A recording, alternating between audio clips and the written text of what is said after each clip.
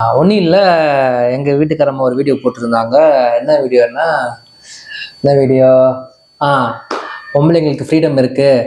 நான் சொல்லியிருப்பேன் அதில் வந்து உங்களுக்கு வந்து ஜாப் நினச்சா போகலாம், பிரேக் எடுத்துக்கிறீங்க, எப்போ வேணால் வேலைக்கு போகலான்னு சொல்லிட்டு. அது நிறைய வந்து கமெண்ட்ஸ் நம்ம நான் சொல்றேன் விமன்ஸ் கமெண்ட் பண்ணியிருந்தாங்க. சரி, ஆக்சுவலாக நான் என்ன கமெண்ட் பண்ணியிருந்தாங்க நான் சொல்றேன் இல்ல அந்த வீடியோ என்னன்றதை எக்ஸ்பிளைன் பண்ணிட்டு அது அந்த வீடியோல வந்து பாத்தீங்கன்னா நம்ம வந்து நம்ம சப்ஸ்கிரைபர்ஸ் சொன்ன மாதிரி ஒரு வீடியோ போட்டிருக்கோம். இந்த மாதிரி வந்து வி ஆர் பிளான்ட் 2 பேர் சேர்ந்து ஒரு வீடு வாங்கியிருப்போம். அந்த வீடு பார்த்தீங்கன்னா வட்டி கட்டி ஆச்சு, சீக்கிரமா க்ளோஸ் பண்ணணும் அப்படின்னு நினைச்சு ஒரு வீடியோ போட்டிருக்கோம். ஒன்றும் இல்லைங்க, ஒரு ஷார்ட்ஸ் வீடியோ போட்டிருக்கோம். என்னன்னா ஹஸ்பண்ட் ஒய்ஃப் 2 பேருமே ஒர்க்கிங்காக இருந்திருப்பாங்க. 2 பேரும் பார்த்தீங்கன்னா சேர்ந்து ஒரு லோன் எடுத்து ஒரு வீடு வாங்கியிருப்பாங்க. ஹஸ்பண்ட் சொல்லுவாரு லோனோட இன்ட்ரெஸ்ட்லாம் அதிகமாயிடுச்சு, எப்படி கட்ட போறோம்னு தெரியல சொல்லுவாங்க. இப்போ ஒய்ஃப் சொல்லுவாங்க எனக்கு அதை பற்றிலாம் கவலை கிடையாது, நான் வேலையை விட்டு நிற்கிறேன் அப்படின்னு இருப்பாங்க. அப்போ ஹஸ்பண்ட் சொல்லுவாரு என்னது இது, லேடிஸ்னா பரவாயில்ல, நினைச்சா வேலைக்கு போகலாம். அப்போ அது ஒய்ஃப் வந்து என்ன ஒரு இரஸ்பான்சிபிளா சொல்லுவாங்க, நான் என்னதான் நம்ம 2 பேரோட மியூச்சுவல் கன்சென்டோட நம்ம வந்து லோன் எடுத்து நம்ம கட்டணும் அப்படின்னு நினைச்சாலும் எனக்கு லேடிஸ்க்கு வந்து வேலைக்கு போகணும் அப்படின்றது மஸ்ட் கிடையாது. ஆனால் ஜென்ஸுக்கு பார்த்தீங்கன்னா வந்து வேலைக்கு போகணும், வீட்டுக்கு சம்பாரிச்சு கொடுக்கணும், ஒய்ஃப் குழந்தைங்களை பார்த்துக்கணும், அவங்களுக்கு வந்து ஃபுட் ப்ரொவைட் பண்ணணும், இதெல்லாம் பார்த்தீங்கன்னா மஸ்ட். லேடிஸ்க்கு அப்படி கிடையாது அப்படின்னு அவங்க வந்து ஸ்டாண்ட் பண்ணுவாங்க. அதை வந்து அந்த ஹஸ்பண்ட் வந்து சொல்லுவாரு ஆம்பளைங்க கஷ்டம் அப்படின்னு சொல்லுவாரு. அதான் அதை வந்து நான் சொல்லியிருப்பேன், பொண்ணுங்க வந்து பிரேக் நினைச்சா எடுத்துக்கலாம், ஆனால் ஆம்பளைங்களை பிரேக் எடுக்கணும்னு சொல்லிட்டு. அது நிறைய விமன்ஸ் கமெண்ட் பண்ணியிருந்தாங்க, ஏன் ஆம்பளைங்க பிரேக் எடுக்கக்கூடாதா, பொம்பளைங்க எங்க பிரேக் எடுக்கிறாங்க, அவங்க கண்டினியூஸா வேலை சொல்றாங்க.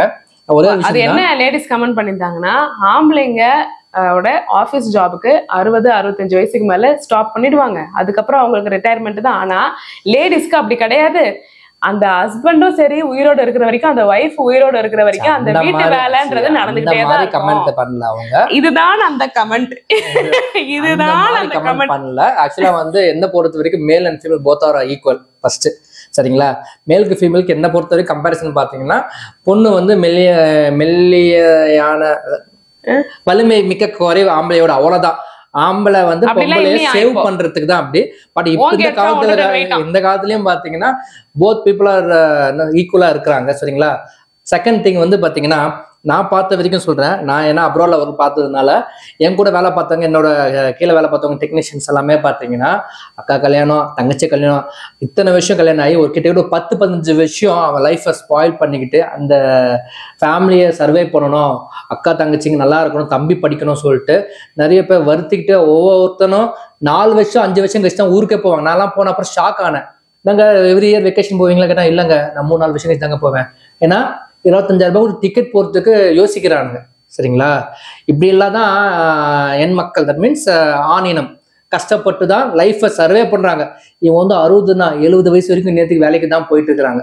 ஏன்னா பொன்மாதங்கள் வேலைக்கு அப்படி கிடையாது. அவங்க நினைச்சா போனா responsibilities less compared to men, ஓகேங்களா? ஃபீஸ் கட்டணும்னா ஆம்பளைங்க தான் வருவாங்க, நான் தான் யோசிக்கணும். ஃபீஸ் கட்டுறதுக்கு எப்படியா, கையில் இருக்கா, இல்லை அது பண்ணணுமா, இல்லை ஏதாவது ஒரு அரேஞ்ச்மெண்ட் பண்ணணும். பட் இவங்களுக்கு அப்படி கிடையாது, சொல்றது மட்டும்தான், சரிங்களா? அதனால நீங்க வந்து எப்பயுமே வந்து விமன்ஸ், நான் அகைன்ஸ்ட் எல்லாம் யாருமே எல்லாம் கிடையாது, இது பார்த்துன்னு சொன்னேன். ஓகே, நிறைய பேர் சொல்லியிருப்பாங்க, ஏங்க நீங்க எப்போ பார்த்தாலும் உமன்ஸ்க்கு மாதிரியே போடுறீங்க சொல்லிட்டு. சரி, நானும் சொல்லணும், because men's always struggling their life, ஓகேங்களா? இவங்க சொல்றாங்க, என்கிட்ட சொல்லுவாங்க, இந்தாங்க பைக் ஓட்டி தான் வரீங்க சொல்றாங்க. எனக்கு பைக் ஓட்டுறதுக்கு 1 மணி நேரம் ஆகுது. அந்த 1 மணி நேரத்துல ரோட்ல லைட்டு கிடையாது, பள்ளம் மேடு பார்க்க முடியாது, அடிக்கிற காத்துல பைக்கே ஓரமா அடிச்சுன்னு போய் விழும். இதுல வந்து பைக் ஓட்டுறவங்க இண்டிகேட்டர் போட மாட்டாங்க, லாரிக்காரன் ஓட்டுறான், இதெல்லாம் கடந்துதான் வரும், சரிங்களா? 1 ஹவர்ல என்ன வேணா நடக்கலாம், சரிங்களா? சும்மா பைக் ஓட்டுறது ரோட்ல அப்படின்னு நடந்து வந்துடல, சரிங்களா? அதே மாதிரி காலையில டிராஃபிக்ல போயிட்டு அடிச்சு பிடிச்சி இடிச்சு ஆஃபீஸ் போகும்போது எப்படி போவோம் ஆன் டைமுக்கு, நிறைய விஷயங்கள் இருக்கு, சரிங்களா? இங்க பாத்தீங்கன்னா நம்ம வீடு ஃபேன், நம்ம நினைச்சா வேலை செய்யலாம், நம்ம வேலை செஞ்சாதான், நம்ம நினைச்சாதான் வேலை செய்யணும், சரிங்களா? நிறைய விஷயங்கள் அது மாதிரி நம்மள கூட நம்மளே இன்டர்பிரேட் பண்ணி பண்ணணும் பண்ணிக்கலாம், பண்ணணும் பண்ணலாம், அந்த மாதிரி தான். நான் வெளியே அப்படி கிடையாது, சரிங்களா? ஏதோ சொல்லணுமோ சொல்லிட்டு சொல்லிடாதீங்க, இது வந்து என்னோட பொதுவான கருத்து, சரிங்களா? நான் பார்த்தேன், ஜஸ்ட் வந்துன்னு கமெண்ட்ஸ் எப்படி இருக்குன்னு பார்க்கும்போது எல்லாருமே வந்து அகைன்ஸ்ட் மென் மாதிரி கமெண்ட் பண்ணியிருந்தீங்க. ஸோ இது எனக்கு வந்து இன்னொரு சைட்லேருந்து அது அக்செப்டபிள் கிடையாது. ஸோ உமன்ஸ் டேக்கு சொல்லிட்டு இருந்தாங்க. ஸோ அதனால இது என்னோட கருத்து நான் முன் வச்சுக்கிறேன். ஸோ மேபி சில பேருக்கு என்னோட கருத்தை அக்செப்ட் பண்ணிக்கலாம், மேபி திங்க் பண்ணி சாரி அப்படின்னு நினைச்சிக்கலாம். சில பேர் வந்து அகைன்ஸ்ட் த மென் நானே அதை அக்செப்ட் பண்ணலீங்க.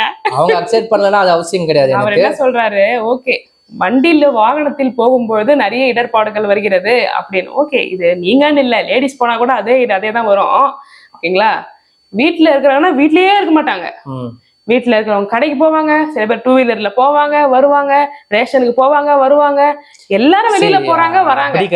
இன்னொன்னு சொன்னீங்க, வீட்டுல வேலை செஞ்சா செஞ்சுக்கலாம், வேணான்னா வேணாம். காலையில நீங்க ஆபீஸ் போகும்போது சாப்பாடு கட்டி தான் கொடுத்தாதான் நீங்க எடுத்துன்னு போக முடியும். நீங்க ட்ரெஸ் போடணும்னா உங்க துணியை தோச்சு அயன் பண்ணாதான் உங்க ட்ரெஸ் நீங்க போட்டுக்க முடியும். ஓகேவா?